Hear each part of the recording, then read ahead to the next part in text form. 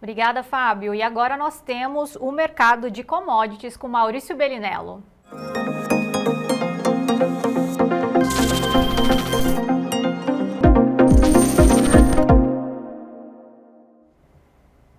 Olá, Maurício, boa tarde, como vai? Tudo bem? Fala, Braga, boa tarde a todos. Março definitivamente começou assim como o ano, né, depois do carnaval aqui no Brasil, mas está rolando muita água fora, principalmente em relação à economia global. Estados Unidos, Europa, definição da nova taxa da moeda norte-americana em relação a outras moedas. Como é que começa esse mês de março na tua avaliação? Porque o mercado cambial está aí, né? O dólar tá, parece que arrefecendo diante de outras moedas também, não? Sim, Braga, hoje estamos tendo um dia muito estressado no mercado de juros e de ações nos Estados Unidos. Tesla, por exemplo, que é a empresa do Elon Musk, caindo só hoje perto de 12%, né? Ou seja, tem quedas muito, Nvidia caindo 4%, a maior empresa de processadores do mundo, né? Meta, Apple, todas as gigantes de tecnologia caindo muito fortemente hoje. O índice Nasdaq está caindo mais de 3% hoje. 3,5%, na verdade, é uma queda maiúscula mesmo, então isso demonstra mesmo as preocupações de forma geral, até porque, como eu já tinha comentado, e agora de novo, né, quando acontece todo mundo já sabia, eu disse que o Trump provavelmente queria atacar o dólar como principal foco. Ontem ele admitiu que ele provavelmente está provocando uma recessão nos Estados Unidos agora com o estudo que ele está fazendo, né? E isso obviamente vai afetar o dólar não só aqui no Brasil, como em qualquer lugar do mundo. Então isso é algo, deixando bem claro que tem gente achando que o problema é do Brasil, acredite, não é. Né? Nós temos hoje um movimento global acontecendo nesse sentido, né?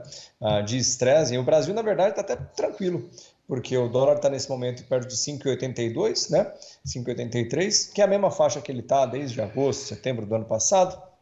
Por enquanto sem novidades, mas é isso, Braga, nós temos um movimento de estresse acontecendo no mundo inteiro. O Brasil não é uma ilha, não vai ficar a parte disso, isolado, mas ao mesmo tempo eu ainda acho que está tudo muito tranquilo. Com commodities, pelo menos, a gente tem visto poucos movimentos relevantes, né? A soja caindo 0,7%, hoje chegou a trabalhar acima dos 10,30, agora nessa casa de 10,18 nesse momento quase, o maio, né, 10,32 o contrato julho, né, que é o último contrato da nossa safra, e eu já estou de olho bastante no contrato novembro, que é o contrato da safra dos Estados Unidos, cotado em 10,21 nesse momento, acima do contrato maio, o que é normal, inclusive, por causa do prazo, né? Então é isso, o mercado está muito calmo com relação a commodities, e me parece até meio lento mesmo hoje, até porque amanhã, acho que 2 horas da tarde, sai o relatório do OASD lá, que é um relatório meio já dando finalização para a nossa safra, né? Pelo menos um horizonte bem mais claro sobre a situação que é mesmo de safra recorde, né? O Mato Grosso basicamente encerrou sua safra já de soja, já plantou todo o milho quase, milho safrinha também, já está tudo acima de 90%, tanto a colheita da soja quanto o plantio do milho. Então é isso, estamos meio que safra aposta, como eu tinha comentado, né? E a safrinha vindo aí, o que eu pelo menos espero como informação no ASD, mas eu acho que não vai ser nesse relatório, talvez fique para o próximo ou até para o outro, é o novo perfil de área plantada projetada para os Estados Unidos entre soja e milho, que eu acho que vai haver um aumento da área plantada de milho, tendo em vista as margens, né? Mas isso provavelmente não venha no relatório de amanhã. Eu acho que ele vem mais para dar um aspecto mais definitivo sobre o que se espera do hemisfério sul, Brasil, Paraguai e Argentina, mas aí a partir do próximo, provavelmente a partir do relatório de maio, a gente começa a ter informações melhores sobre a safra dos Estados Unidos.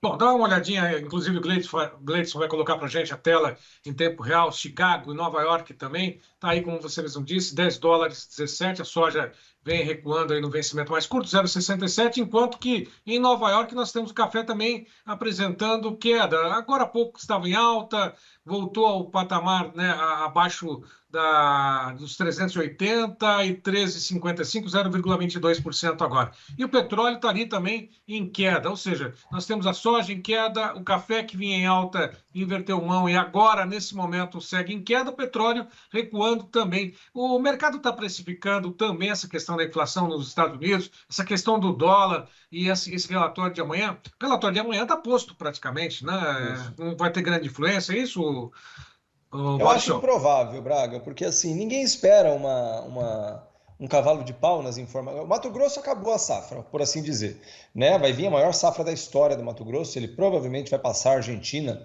em tamanho de produção. Então, assim, por mais que a Argentina e o Paraguai A Argentina nem tanto, mas mais o Paraguai tem problemas na safra, né? O Mato Grosso, estou falando do Mato Grosso, mas a mesma situação do Mato Grosso vai acontecer em Goiás, que vai acontecer em Tocantins, vai acontecer na Bahia, vai acontecer em Minas Gerais, né? Então, assim, tem muitos estados que vão vir com produção muito alta, né? Recorde mesmo, assim. A Bahia mesmo deve vir com recorde histórico, de média de produção, inclusive. Então, sendo sincero, a inflação nos Estados Unidos, tudo isso é muito conjuntural, né? Ou seja, é o que acontece hoje, tem a ver com o ciclo econômico, mas ninguém espera que se propague ao longo do tempo. É normal, na verdade, até desejável isso, né? O mercado, inclusive, nesse momento, está precificando para esse ano aqui ainda, para os próximos. A próxima reunião é na semana que vem, do Fed, determinando taxas, né? Não deve cortar juros agora, mas o mercado espera que esse ano tenhamos ainda 3 cortes na taxa de juros nos Estados Unidos, né? Ou seja, a tendência não mudou em nada, absolutamente em nada. A gente deve ir até o final do ano nos Estados Unidos perto de 3,5, é a perspectiva atual, e até o meio do ano que vem, talvez final, vamos a 3, que é o que se espera que seja a taxa basal de juros dos Estados Unidos para esse ano. Bom, de alguma forma tem inflação lá que beira os 3,1%, não passa disso, né? 13,5% a expectativa, já é uma inflação alta para o padrão dos Estados Unidos. Aqui o IGPDI apontou aí no acumulado 8,32% nesse ano de 2025. De qualquer forma, o mercado está posto, né? O que fazer agora? O produtor tem que mirar agora a próxima safra para poder estabelecer uma estratégia de defesa, de proteção, principalmente com o que vem agora com milho, né? Milho e o café está por aí também, não? O que o produtor deve fazer, tanto para o milho quanto para o café nesse momento? Ou já passou a melhor hora para poder promover, até traçar alguma estratégia?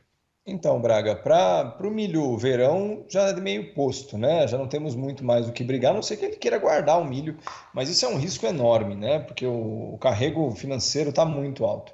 A gente está com um carrego financeiro aí. O que significa carrego financeiro? É o custo financeiro de guardar grão. Porque quando você vende o grão, aquele dinheiro pode ir para uma renda fixa, um tesouro direto, que vai chegar a pagar provavelmente no mês que vem 1,2% ao mês.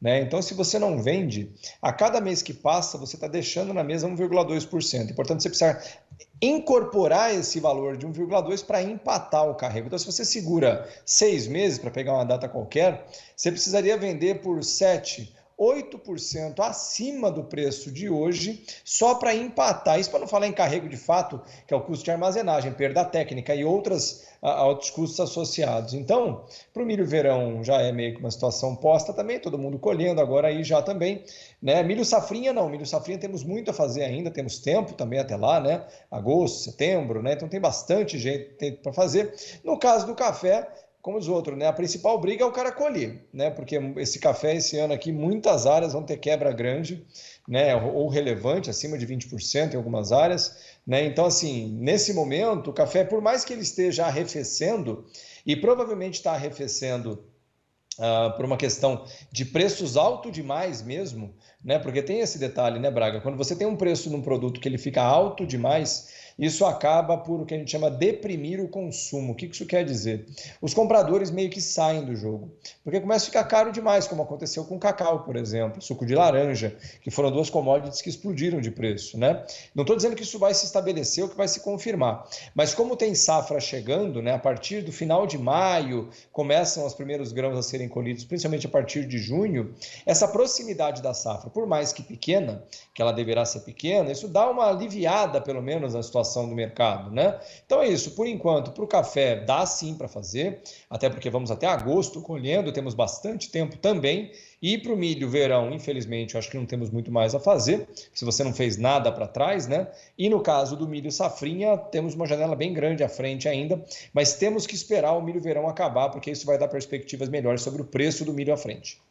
Ô, Maurício, nós temos aí pleno frete, né, aumento dos fretes sazonal nesse período da disputa para o transporte, e recentemente foi divulgada uma notícia de que óleo diesel, gasolina aqui no Brasil estaria com preço mais alto em relação ao preço dos mesmos combustíveis em outros países, né? Isso. Aí esse petróleo aí com $66 WTI em Nova York, será que tem espaço para uma possível queda nos preços dos combustíveis aqui no Brasil, ou subiu, chegaram e isso está fora, né, praticamente de cogitação, né? Uma possível queda ou um possível recuo nos preços dos combustíveis aqui no Brasil? Então, tá, se você olhar o preço justo mesmo, que a gente chama, o preço internacional, o preço no mercado interno está realmente abaixo do preço internacional, né? Na gasolina deve estar perto de 15 centavos, alguma coisa assim, e no diesel talvez perto de 16, né? O ponto é que a Petrobras não deve alterar os preços, porque durante um bom tempo, no ano passado mesmo, eles trabalharam nessa mesma faixa de oscilação dos 15 e 20 centavos, mas abaixo. Ou seja, a gente estava vendendo gasolina e diesel mais barato do que no mercado internacional.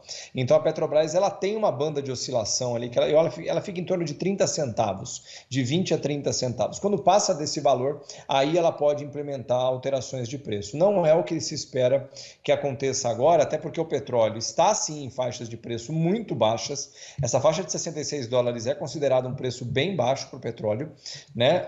Remonta aos preços de 2005, só para vocês terem uma ideia. Isso para não descontar a inflação no período, tá? Ou seja, a gasolina hoje, o petróleo hoje, em dólares, ele é muito mais barato do que ele era há 20 anos atrás, há 10 anos atrás, muito mais, né? Então, Braga, essa situação que a gente tem agora é aquilo, né? Se quando a Petrobras trabalhou com preços abaixo do mercado, né, sem atualizar, porque aconteceu lá fora, também não dá para esperar que quando fique favorável ela não faça o mesmo, até porque ela tem caixa a proteger, então ela tem uma postura menos marcação a mercado. O que isso quer dizer? Nos Estados Unidos, por exemplo, a Exxon, a Chevron, né, as grandes petroleiras de lá, os postos de gasolina fazem alteração de preço todo dia. Literalmente todo dia. O petróleo subiu 3 centavos, eles mexem no preço na bomba. No Brasil, não. A gente tem uma banda de oscilação que a Petrobras reduz essa volatilidade e eu pessoalmente acho bem favorável. Então, nesse momento, eu não esperaria nenhuma alteração. Lembrando, se o dólar continuar caindo ou o petróleo continuar caindo, é provável que tenhamos, mas por enquanto não é essa a leitura. Ô, Maurício, só para finalizar contigo, você antecipou aqui para a gente, inclusive numa conversa que a gente estava tendo com relação aos preços dos ovos aqui. Quando dispararam os preços aqui no Brasil, você logo em seguida arrematou com aquela informação que foi pontualmente divulgada aqui, repercutida logo em seguida pelos demais veículos de comunicação, dos preços dos ovos lá nos Estados Unidos, né? Isso. Isso realmente foi falado, você está aqui, gravado, inclusive, antes do próprio destaque dos outros veículos de comunicação. Esse também é um problema sazonal de alimentação lá nos Estados Unidos, isso gera inflação lá, porque aqui, né, nós temos aí nosso presidente dizendo que não encontrou nenhuma galinha pedindo aumento. Será que as galinhas lá americanas estão pedindo aumento para produzir um pouquinho mais também ou não? Então, Braga, lá teve uma questão durante a gestão do Biden, que eles tiveram um surto nem tão grande de gripe aviária e eles literalmente dizimaram boa parte do plantel, né, de galinhas, né, de frangos que fazem a disponibilidade de ovos ao mercado, e isso foi parte dos motivos que causou a explosão de preços, né? Para vocês que não têm muita ideia, em novembro do ano passado, a dúzia de ovos no atacado era em torno de 2 dólares e 20, 2 dólares e 10, chegou a 8 dólares e 15, quadruplicou de preço. Nas 2 últimas semanas, o preço deu uma aliviada, já voltou para torno de 6%, por 2 motivos. Primeiro, o preço muito alto deprime o consumo, então o consumo deu uma caída bem importante no consumo de ovos, porque, de novo, o ovo geralmente é uma alternativa à proteína animal. Quando o ovo explode de preço, você volta a consumir proteína animal porque volta a ser favorável ou, no mínimo, vantajoso frente ao ovo. E isso, obviamente, deprime o consumo. E outra coisa, os Estados Unidos passaram a importar muito mais ovo, inclusive do Brasil. O Brasil exportando bastante ovo, os níveis de exportação de ovo no Brasil, de ovo processado normalmente, ele não é in natura, né? Mas os níveis de ovos processados ou na exportação subiu muito, o que também pressiona o preço no mercado interno brasileiro. É isso, é oferta e demanda, não adianta. Se você tem um ativo que tem restrição de oferta no mercado e tem gente disposta a pagar, quem fornece vai vender mais caro. Tá certo. Maurício, amanhã você volta a comentar o mercado do USDA conosco, se tiver condições, está feito o convite mais uma vez. Um grande abraço para você. Eu que agradeço, Braga. Tenham todos uma ótima tarde.